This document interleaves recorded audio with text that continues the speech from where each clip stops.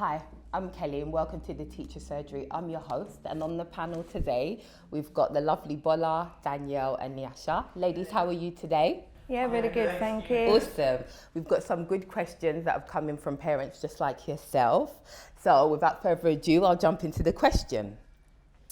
My child has a learning need, yet I just think she's behaving badly. Danielle, how would you answer that question? I would start by answering this question by saying no one's born to behave badly. So there's always a trigger before. Sure. It could be from past if the child is older, but it's a build-up of triggers that get them, and it's trying to identify what the trigger is to be able to work with the child. Not always easy if you're not with them all the time, but it could be a case of what did you say to them or what did someone else say or do to them before the behaviour happened. It's a bit like if there's a fight. Sure. There's always something leading up to the fight, and that's what it's got to break down, what happened before, and changing the way to work with the child. So Danielle, what would you say if this has been identified at school? So you weren't, and like you said, you weren't at the incident or the incident caused. How do you look at how do you look at the trigger? Again, I would ask the teacher what happened before. Sure. And hopefully the teacher can identify it. So it could be the child was rude to another child, and in the teachers it's come from nowhere, but it wouldn't have come from nowhere. What did happen before? Sure. It could be something simple along the lines of the other child had a toy they wanted. So then you know what the trigger is, so you look at ways of preventing it from happening again. Sure. Bola, I just want to bring you in. You work with younger kids here, and usually if a child does have a learning need, is it identified as the child is quite young? Yes, usually you can notice little things here and there. For example, like following instructions. That could be just a general thing for a child with learning needs or without learning needs. But usually when a child has a learning need at a very early age, they really struggle with following instructions. They really struggle with routines, sitting on the carpet with other kids, things like that. Usually these things are explained to their parents, but sometimes their parents don't understand. They just think, oh, maybe the child just doesn't want to, so they don't have to sit on the carpet. If I'm at home and I've only got one child, and actually in our company, maybe we're always together, how do I know like my child has got like a learning need, like that it's just misbehaving, or you haven't got that interaction with another child to go, have they got a learning need or are they just misbehaving? How do I pick that up? It's really hard to identify, I would say, because we all interpret like bad behaviour differently. Yeah. You know, a parent could just say, oh, he's just being spoilt, that's why he's behaving like that. But I would put emphasis on parents going for follow-ups, like Sure. Going for checkups, for example, talking to their GP, going for With the red book? yeah, exactly, thank you. And I think it's sticking to what you say. It's really easy, even as a parent, to say, you do that again, we're not going to the park. But you know you've arranged to meet your friends at the park, so you're still going to go anyway. Yeah. So it's setting a consequence that you know you will follow through on. Sure. I mean, for some young children, research has shown that the first time they fully hear the word no is at school. Oh, wow. So then it's quite late in their development. Yeah. That they and would that say is no. then again sometimes a trigger to the behaviour, because it's, you say as a parent, yeah, maybe, later. Yeah. And sometimes and it is. the no doesn't necessarily stop the behaviour forever, it just stops it for that present moment of time. Yeah. So just because you tell a child, no, don't do that, and they listen, doesn't mean they're not going to do it again. You know. Well, you said something really interesting around listening to your health professionals, going to your doctor, speaking to your health visitor. But Nyasha, I want to say as well, like, in terms of culturally as well, sometimes we've got parents, we've got family members. Danielle, like you said, you're going to meet your friends at the park. So actually it's time out for you to have like a break and chill and chat and relax.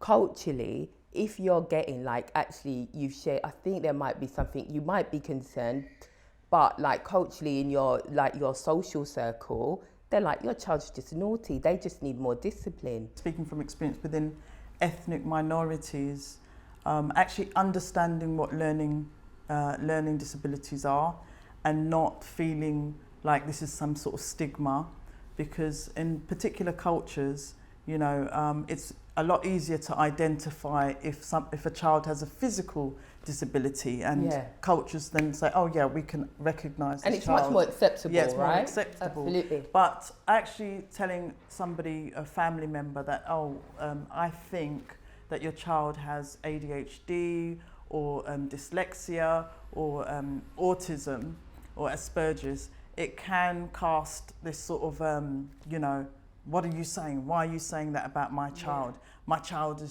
there's nothing wrong with my child. So I think it's very important that parents start to educate themselves on these special needs, learning disabilities, and not feeling like it's the cause of them for whatever reason, getting the professional help that they need and getting the support, because it doesn't take away the fact that just because your child has autism doesn't mean he's not going to go to university.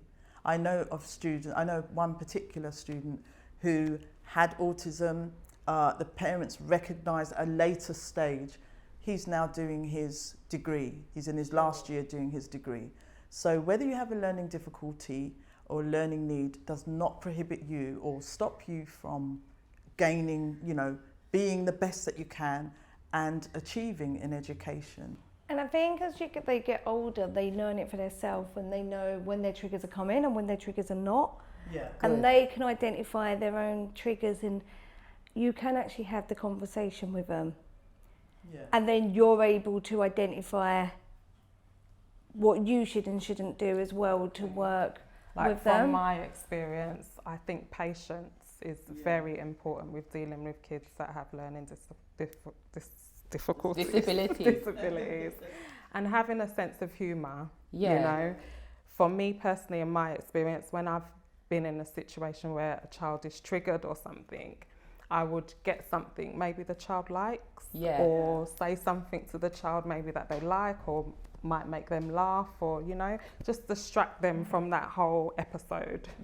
I think you say something really important, like not taking it as don't take it as serious, and I guess find personal, because they can say some really things. I know as a parent, I've sat down and like my daughter's cried because she stepped on sunglasses, really expensive sunglasses.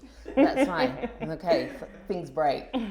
But I think what you said, Nyasha, as well was really important, because I think sometimes there's networks out there of other parents that you can lean on and find that support and encouragement as well, which I think is important. And I think also, I've actually taught a student whose parent decided to lock them in a room and beat them, physically, beat them up, thinking that they could get the demon out of this because the kid had Asperger's. So people need to understand, that's a far-fetched, it sounds extremely extreme, but it actually happened. And so I think it's important that parents don't see this as some sort of mystical or demonic or something wrong with this child, and we need to take them somewhere and cast these things out. And I think it's very important that people have a knowledge of these different learning needs. Just to finish it, I think also it's using cause and effect with them.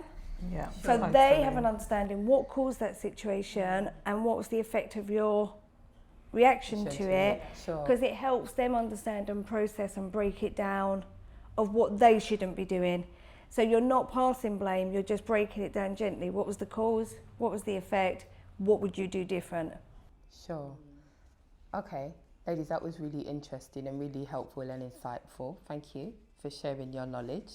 I think we've got a little question, a short roundup question. I am going to let Danielle take a question and We'll go for the pink one. Go for the pink one, go crazy. Right, and I'll read it. I'm not going to turn it right until you read it.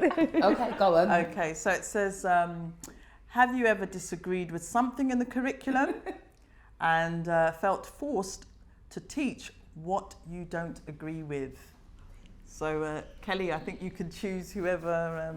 Well, I'll go with you, Nyasha, seeing as you read it out. I was trying to avoid that. I think, one of the things about the curriculum, I teach English, And I think it's important, you know, to always be flexible. Schools and the curriculums are forever changing. So I think sometimes, you know, you might look and think, God, I've got to teach this in 6 weeks. And you might think to yourself, I don't really know this. I haven't read this text. I haven't looked at this book. Oh my God, what am I going to do? I don't feel comfortable. I don't want to teach it. But I think you have to, you know, as a teacher and as a professional, you always have to think, okay, right, let me get a step ahead. Think about the ways you can deliver sessions. So if you don't feel comfortable, maybe teaching, you know, like the students say, Shakespeare, oh, it's not relevant, but then you bring it in. When I teach Macbeth, I use Macbeth and I use it with gang culture.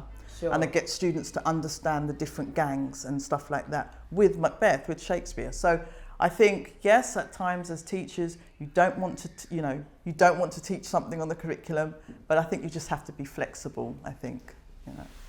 Danielle, Bola, what you want to chip into I would that? agree. I think, you know, if you take maths GCSE as well, there's quite a lot on that curriculum. The learners will say to you, simultaneous equations. When am I I ever... don't even know what that means. When am I ever going to use that? This is their point, and it's not... A lot of it is not as relevant to what they want to do in everyday life, and it's always trying to justify reasons of why you need to learn it. And you'll come up with certain stuff and you'll say, yeah, but if you was to get a builder in or you was to do this, I'll just use my phone. I'll just get a quote. I don't... Yeah. So then it's, rather than teaching it in a plain simple talk and chalk, you have to find ways to make it fun.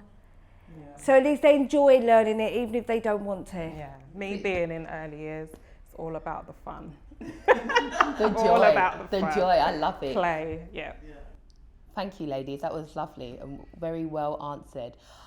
I hope that gives you some advice and gives you some knowledge about what you should do. There's support and find the joy. I think the most important, find the joy in being your child being really unique, and educate yourself. Go out there and find that, you know, that knowledge, that resource, that support group that can support you. And talk to people as well. Talk to people, it other helps. Parents, so that you learn, okay, is my child doing this right, etc. Just mixing.